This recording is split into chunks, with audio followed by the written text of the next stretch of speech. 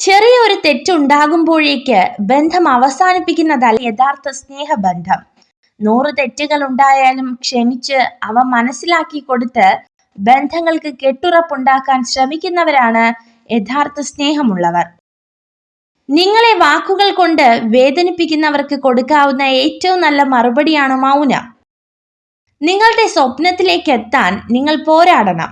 അതിനായി നിങ്ങൾ ത്യാഗം സഹിക്കുകയും കഠിനാധ്വാനം ചെയ്യുകയും വേണം. ആവശ്യങ്ങൾക്കായി മാത്രം അടുപ്പവും സ്നേഹവും കാണിക്കുന്നവരെ തിരിച്ചറിയാതെ പോകുന്നത് ആദ്യത്തെ തെറ്റ്. ആളും തരവും നോക്കാതെ എല്ലാവരോടും സത്യസന്ധമായി മനസ്സ് തുറക്കുന്നത് രണ്ടാമത്തെ തെറ്റ്. നമ്മൾ സ്നേഹിക്കുന്നവരെല്ലാം തിരിച്ചും അതുപോലെ സ്നേഹിക്കുമെന്ന് തോന്നൽ മൂന്നാമത്തെ തെറ്റ്. തിരസ്കരണങ്ങൾക്ക് മുന്നിൽ ഒരിക്കലും കരഞ്ഞു കലങ്ങിയ കണ്ണുകൾക്ക് പ്രസക്തിയില്ല. അവഹേളനങ്ങൾക്ക് മുന്നിൽ വളഞ്ഞുപോയ നട്ടെല്ലും പ്രയോജനരഹിതമാണ്. തിരസ്കരണങ്ങളെ ഉൾക്കൊള്ളാൻ പഠിക്കണം, മറികടക്കാനും. മറ്റുള്ളവർ നിങ്ങളെ ഏതു രീതിയിൽ പരിഗണിക്കപ്പെടണമെന്ന് നിങ്ങൾ ആഗ്രഹിക്കുന്നുവോ എങ്കിൽ അതുപോലെ നിങ്ങൾ മറ്റുള്ളവരോടും പെരുമാറുക. ഒരു രാഷ്ട്രത്തിന്റെ ഏറ്റവും മികച്ച ബുദ്ധികളെ കണ്ടെത്താനായേക്കുക ഒരു ക്ലാസ് റൂമിന്റെ ഏറ്റവും ഒടുവിലത്തെ ബെഞ്ചിൽ നിന്നാണ്.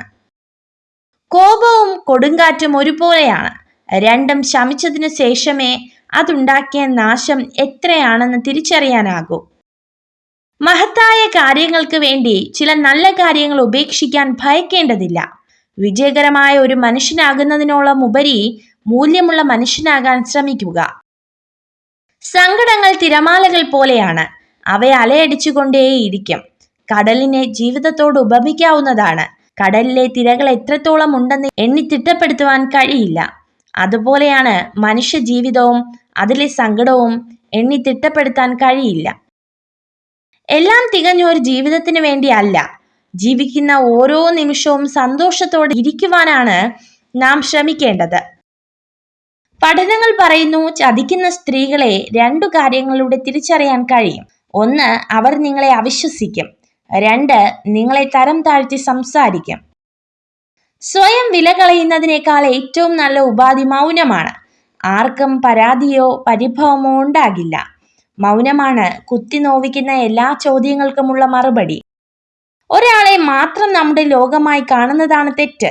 അവർക്ക് അവരുടേതായ ലോകമുണ്ടെന്ന് മനസ്സിലാക്കാതെ പോകുന്നത് അതിലും വലിയ തെറ്റ്. നിങ്ങൾ ഈ വീഡിയോ കണ്ടതിന് നന്ദി.